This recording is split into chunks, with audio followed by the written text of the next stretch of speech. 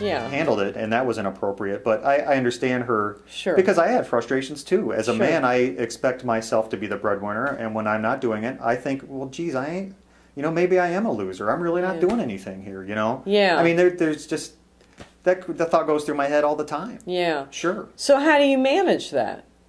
Well, I just have to remember, first of all, I've walked a long path to get where I am now. I'm very far, I guess I'm much different from where I was at that point, and I've walked a long journey, and and I know sitting here today that I'm much better off than I was when I started. Yeah. And that I'm in a much more, just a much better place for myself. Yeah.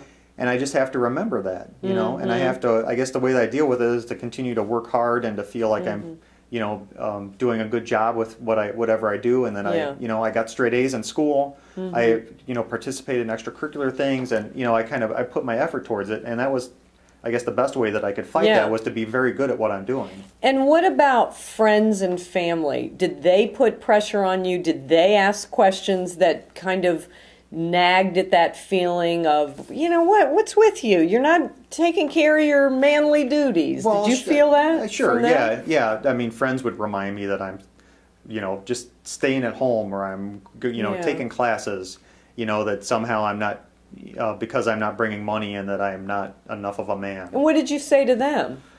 Well, I just kind of laughed it off, and I just kind of ignored it. I guess I just didn't get into it because there wasn't, how can I fight that? Yeah. If you think that I'm a loser because I'm doing what I think I need to do with my life, then, there's no way that I'm going to, I can't combat that. I'm not going to engage in that. No, because what's it going to do? Yeah.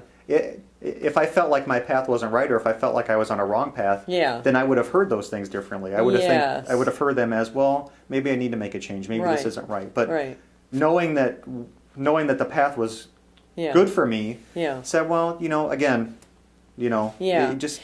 But it took various levels of reinforcement to know that it was right for you. The classes, the going out and starting your company of cooking in people's homes, and I'm assuming getting good feedback from people. Sure. People wanting to buy your services. Yeah. And you'd still be doing, except that you went and did this internship, right? Yeah. So all of those things, you have to remind yourself. I think that people sometimes just get hit, kind of, I can't think of the word that I want, distracted by others, and they forget the path they're on. Right. Well, I had to at some point in this process, I had to give up the idea that I was going to be a millionaire. You know what I mean? Like, you have to get very real about things.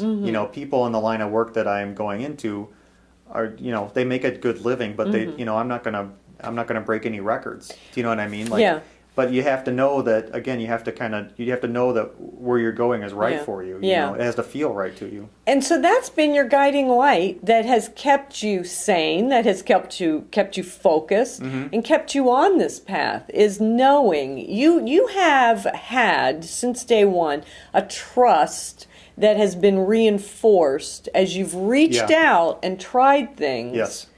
And you've paid attention to how it felt, and you didn't let these outside voices and societal kinds of things affect you, even though they did, maybe at moments, but you didn't let it change you. Right. Well, yeah, because I guess, and maybe it's just because of that very visceral experience of what it's like to be in the wrong place, is that if you felt what it's like to be in the wrong place, then you're going to defend what it is when you're in the right place, And I would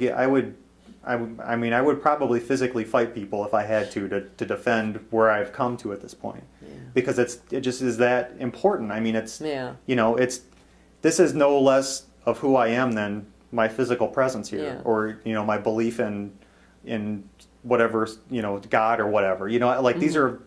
These are just who I am, and if I give that up, if I give up my beliefs about my career that I've worked so hard to get to, then I might as well be giving up my identity. Do you know what I mean? Yeah. So this really goes back to our initial conversation of that strong feeling that you noticed when you said enough is enough. Right. And you've never lost touch with what that felt like. Yeah. Well, it's that old saying that if you have to ask, you'll never know. Mm-hmm. And when you have that, I think for me, when I had that experience, that was the sign that said I need to do something. Yeah. Yeah. And I think if a person's sitting there asking, well, was that? Well, maybe it wasn't. Yeah. To me, Yeah. I felt it, and the feeling to me said, this is wrong. Right. You need to do something about it. And then, as you said, being validated throughout the process, again, made me feel like I was doing something right. Right. So bring us up to date now where you are now. You are completing an internship, and you'll be graduating, and you think you have a sense of the kind of role you want, which is? Yeah, I'd like to be in K through 12 school food service management, I think is where I want to go right now. Okay. So, but I don't know exactly where I'm going to end up. Like I think I've said before, but I know I have a very good sense of what's available to me, and I have a sense of things that I enjoy within the realm that I'm getting into, and I know that there's a lot of things I would enjoy. This journey has been much more than just about career for you, hasn't it? Yeah. It had a lot to do with, realizing at a certain point that the way that I grew up was kind of in a family environment. I grew up around a lot of depression with both of my parents. And some abuse, not that I was abused, but that other people in my family were abused at different points, and that all these things kind of came and affected the way that I was raised and affected the way that I saw the world. And I ended up, I think, growing up with a view of the world where succeeding really wasn't that.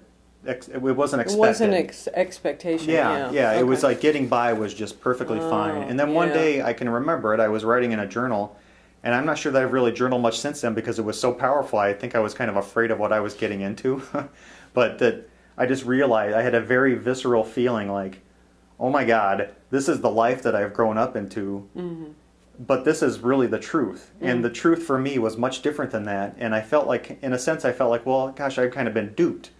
You know what I mean? But I kind of ended up rescuing myself from duped that. in thinking that I should just go along and be okay about just getting along. Yeah, that succeeding or excelling at something really wasn't that high on the priority list. But it has been. You've been working towards it. Yeah. You've trusted yourself. Yeah. And I kind of, I think through the process I realized that for me that's folly. Yeah. But that's not an appropriate thing, Yeah, and I've gotten kind of in touch a lot more with my spiritual life through this process, and obviously, got married and have a lot of, and a child, and have a lot of, good experience in that realm of my life too, and so I guess they're all kind of related to me, that this one, just kind of like wondering about my career ended up kind of blossoming into all these different things that are interconnected. Yeah, excellent. Okay, well, you have I'm so proud of you. You're just my star client. Thanks, really. I appreciate that. And I hope that you have found Joe's journey helpful.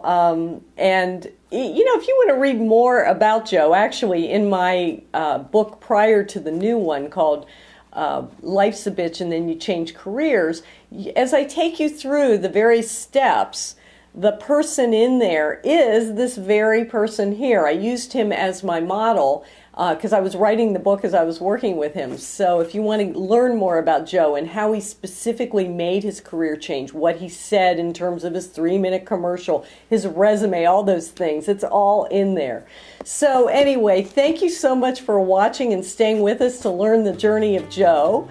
And if you want to learn more about anything regarding your career, check my website, AndreaK.com.